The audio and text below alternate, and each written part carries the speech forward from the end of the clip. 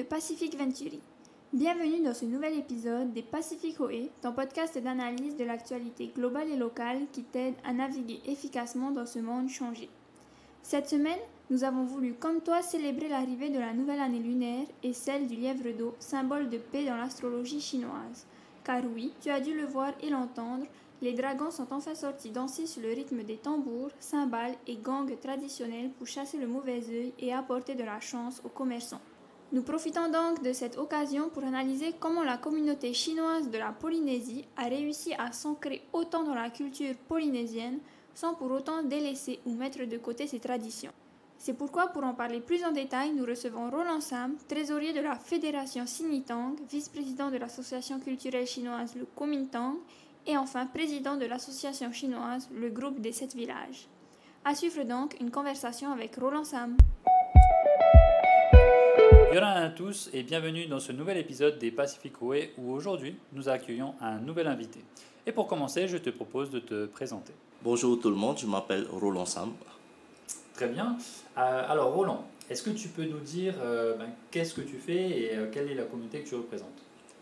Au sein de la communauté chinoise, je fais partie d'associations culturelles chinoises, donc je fais partie de la Fédération Sinitang, dont je suis le trésorier. Je suis également le président de l'association culturelle chinoise, le groupe des 7 villages. Donc, parmi nos membres du groupe des 7 villages, nous avons les sculpteurs de tous les animaux du zodiaque chinois, François Lam, et nous avons également quelques chanteuses et d'autres artistes. Et je suis également vice-président de l'association culturelle chinoise de Kuomintang. Ok, très bien. Et dis-moi, en tant que membre de la communauté chinoise de Tahiti, est-ce qu'il est difficile pour toi de dire ou d'affirmer que tu es polynésien ? Comment est-ce que tu te considères finalement ? Plutôt chinois, plutôt tahitien, plutôt quelque chose d'autre ? Et dans ton quotidien, comment est-ce que tu es perçu ? Je dirais tout simplement que je suis un polynésien d'origine chinoise, donc je suis quand même né sur cette terre polynésienne, donc ma famille est quand même installée ici depuis plus de 150 ans.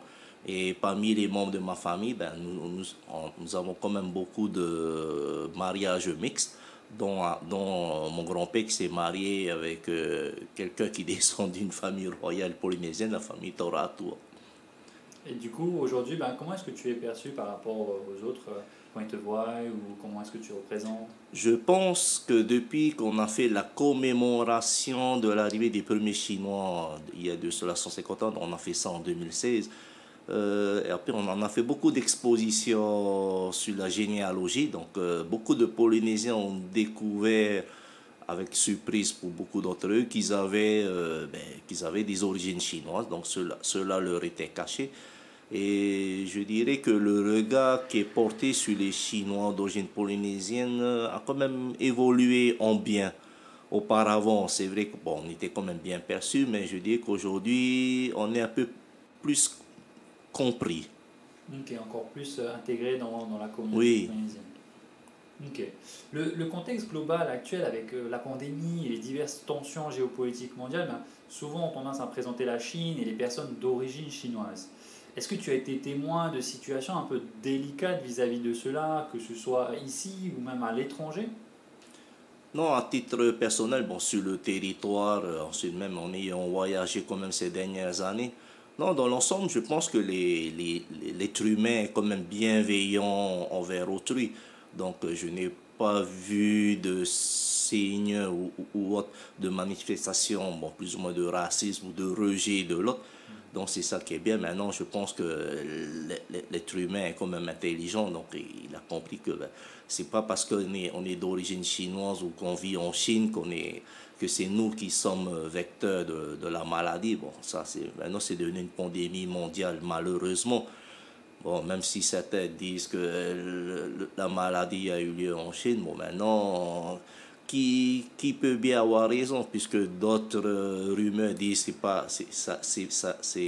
c'est peut-être propagé à partir de la terre chinoise, mais peut-être ce sont des étrangers. Maintenant, moi je dirais ça sur le comment on dit, c'est une manifestation. Donc, comme il est de coutume sur notre terre, à quelques milliers d'années d'existence, donc il y a toujours une pandémie qui arrive de temps en temps, très malheureusement.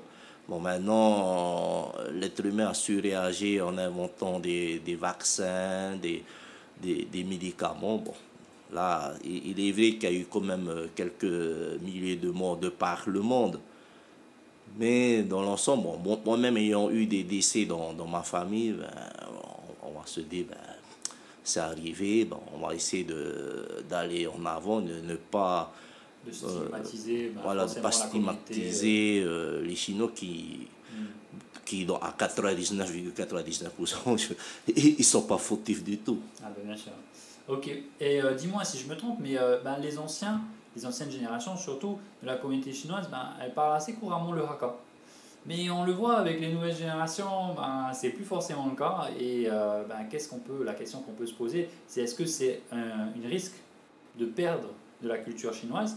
Et si ça l'est, ben, comment est-ce qu'on fait pour remédier justement et garantir la transition et la continuité de cette culture millénaire? Bon, il est vrai qu'on sait notre langue qui est parlée localement, qui est le Hakka, qui est une des 7 dialectes de Hakka de par le monde. Et de plus, notre dialecte Hakka qui est parlé à Tahiti, ben, elle est parlée depuis plus de 150 ans.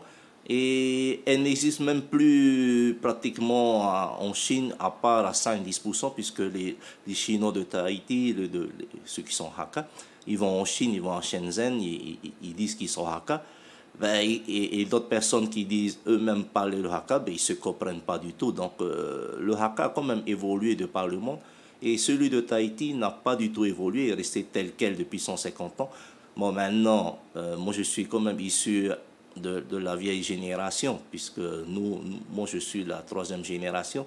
Mais jusqu'à la 3e génération, pratiquement toutes les familles chinoises parlaient le Hakka, parlaient chinois, puisque moi-même, je parlais que chinois jusqu'à 6 ans. Et c'est lorsque j'étais parachuté au CP, donc à l'âge de 6 ans à l'école française, ben, du jour au lendemain, il me fallait apprendre une nouvelle langue. Donc j'étais complètement perdu pendant 3 mois. Mais après, bon, notre faculté d'adaptation, ben, il fallait bien pouvoir communiquer avec l'autre. Donc on a appris à parler le Hakka. Maintenant, c'est vrai qu'aujourd'hui, 60 ans après, le pourcentage de personnes parlant Hakka dans les familles chinoises, c'est vrai que ça dépasse très difficilement les 20%.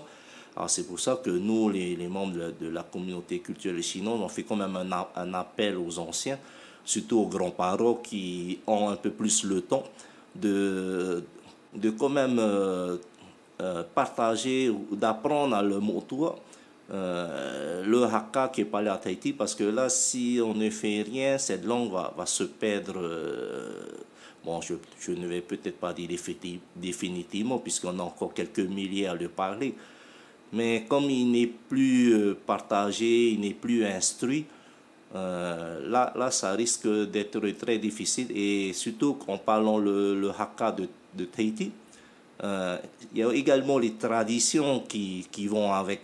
Et là, je constate également que ben, les traditions se perdent, comme le fameux bain au feu de pamplemoussier que l'on fait le jour de l'an chinois ou la veille pour se purifier. Ben là, ce n'est plus également pratiqué, malheureusement. Mais ça tombe bien, tu enchaînes un peu sur ma question qui suivait vis-à-vis du Nouvel An chinois. Les croyances et les traditions liées à ces fêtes, est-ce qu'elles sont toujours présentées aujourd'hui dans le quotidien de la communauté chinoise locale, et si elles le sont, pourquoi? Nous, on l'a vu dernièrement, on a vu le dragon qui se balade un peu en ville et qui va devant chacun des commerces pour faire la danse. Est-ce que c'est quelque chose finalement qui est encore bien présent, et comment est-ce que ça vit aujourd'hui? Bon, concernant les différentes manifestations culturelles, bon, je dois quand même avouer que ça reste encore très populaire, surtout auprès des Polynésiens qui adorent voir les danses des lions. Donc c'est toujours un joli spectacle à voir. Bon, maintenant, concernant d'autres traditions, je dois quand même avouer qu'elles se perdent. Là, je prends par exemple le culte des morts. Auparavant, 2 fois par an, au mois d'avril et au mois d'octobre, qu'on allait au cimetière chinois, qu'on appelait le chemin du repos éternel. Nous étions quand même des milliers de gens. Au départ, il fallait graver la montagne, enfin une petite montagne à Roué avant que l'on ne construise la nouvelle route. Mais je me rappelle, enfant, il y a de cela 50 ans, 55 ans, on était des milliers à se garer au bord de la route, ensuite à gravir la montagne. Et puis je voyais beaucoup de générations mélangées. Je voyais les grands-parents, les parents, les petits-enfants, tout le monde était là pour rendre hommage aux anciens.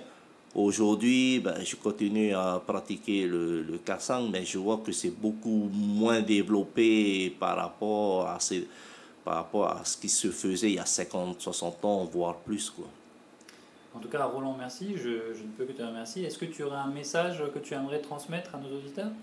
À tous les auditeurs, je souhaite une très bonne et merveilleuse année du lièvre qui, normalement, selon le feng shui et les traditions chinoises, normalement, l'année du lièvre, c'est une des meilleures années qui soit, puisque c'est supposé être une année de calme, de paix, de sagesse. Donc, je souhaite à tout le monde une grande paix, de la prospérité et surtout une très bonne santé.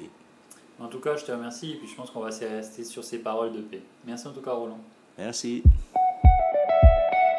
Espérons donc que la prospérité, la sagesse et la santé nous soient accordées tout au long de cette année.